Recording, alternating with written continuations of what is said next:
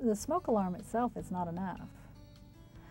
The next thing you need to do is decide about an escape plan. If the fire happens, how are you going to get out of the house? And where are you going to meet your family? Where is your safe place? If the smoke alarm wakes me up, I'll just run out the front door. Well, the front door may not be the quickest way out of the bedroom. You need to get out quickly and stay out, and you can't come back in.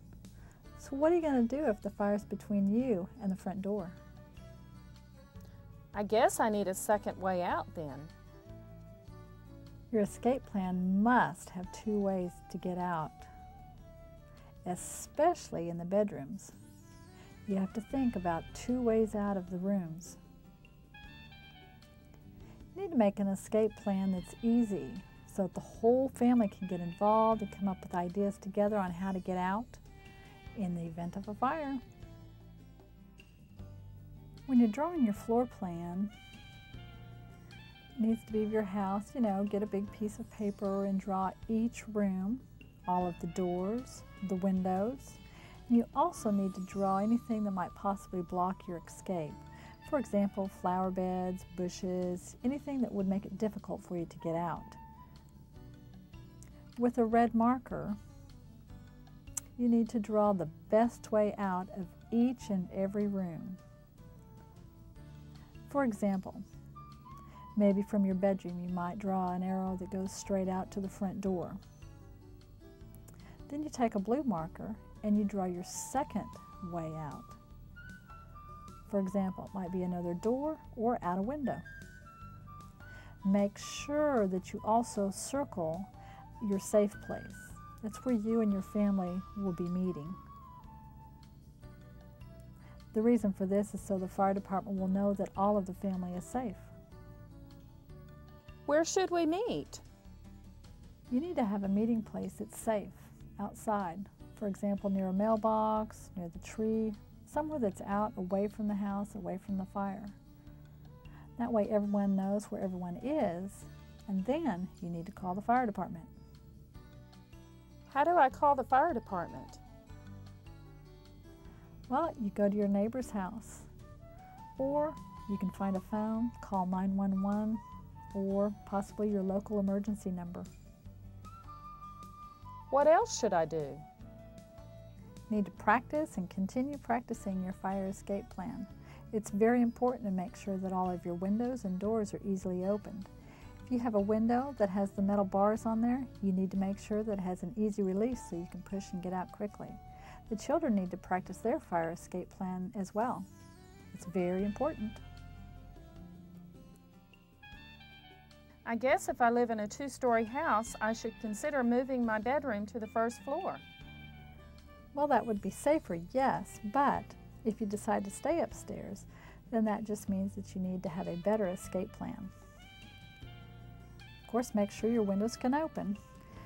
If you can open a window and, for example, get out onto a roof and then use a ladder to climb down, that would be safe. Now remember that ladders are only to be used for emergencies. How often should I practice my escape plan? You should practice every 3 months. If a fire happens, the heat and the smoke will rise to the ceiling. The safer and cooler air is lower down. It's easier to breathe. The smoke is very toxic and it's bad for you to breathe. Most of the fire deaths do not result from burns. No, instead, they're from smoke inhalation. Now the bedroom door, if it's closed and you hear the alarm go off, the first thing you need to do is take the back of your hand and feel the doorknob. You need to smell for smoke, and the reason that you're using the back of your hand is because it's more sensitive and it's quicker and easier to pull away if the doorknob is hot. Now, if you feel the door and it's hot, do not open it. You need to go out the window. That would be your second escape route. If you feel the doorknob and it's not hot, open it very carefully. If it's clear, get out quickly. If you see smoke, then you'll need to crawl. Now it's important that you crawl on your hands and your knees, and you need to get out. Do not crawl on your tummy. The most important thing, though, is to get out quickly. So if I have a second escape route, should I practice that as well? Yes, you need to practice all of your escape plan. Another thing that's very important is that you practice with your eyes closed, how you would open the doors and the windows. The reason for this is because most fires happen at night, or there's so much smoke that it's hard to see, so you need to practice how to get out by feel. Once the fireman shows up, how do I communicate with them? Well, you know that you can contact your fire department early. You can discuss with them and explain with them before a fire happens or before any emergency happens about your family situation. For example, there's a deaf person that has special communication needs, or there's another disability in the home. That way they're prepared. What other things should I do? Your escape route must be clear. Shouldn't have any toys or chairs or anything that would be blocking your route. You need to paint your house numbers on the curb. Or, if they're on the house, those numbers need to be easily seen from the street. A lot of fires happen in the kitchen. Let me show you how to safely cook. Here, put this on.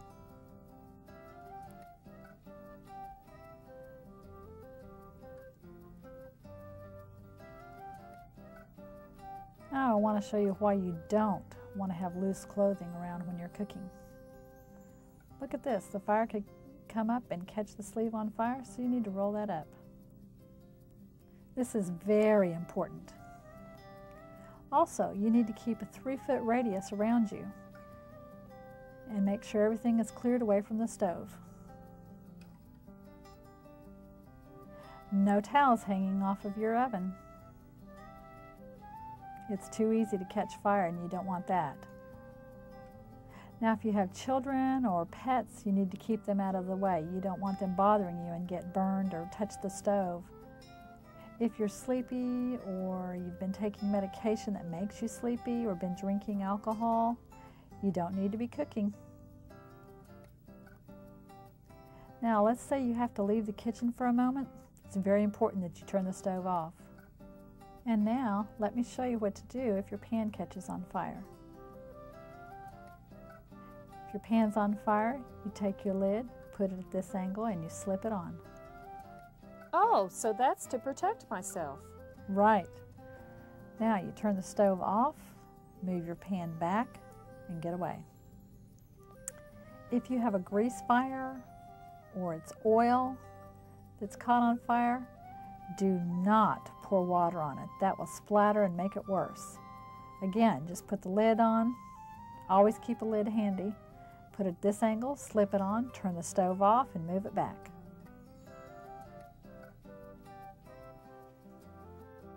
So Susan, are there any safety tips that you could share with me for using my microwave? Yes, a microwave is safer, but never use metal. I have some examples here. Don't use metal spoons. Another example is this aluminum foil. It's metal. Do not use it. You can use a paper towel or a plastic wrap if you need to. Now, let's say, for example, that a fire had started while you're cooking this in the microwave. Do not open the door. Leave the door closed, turn it off, and then call your fire department.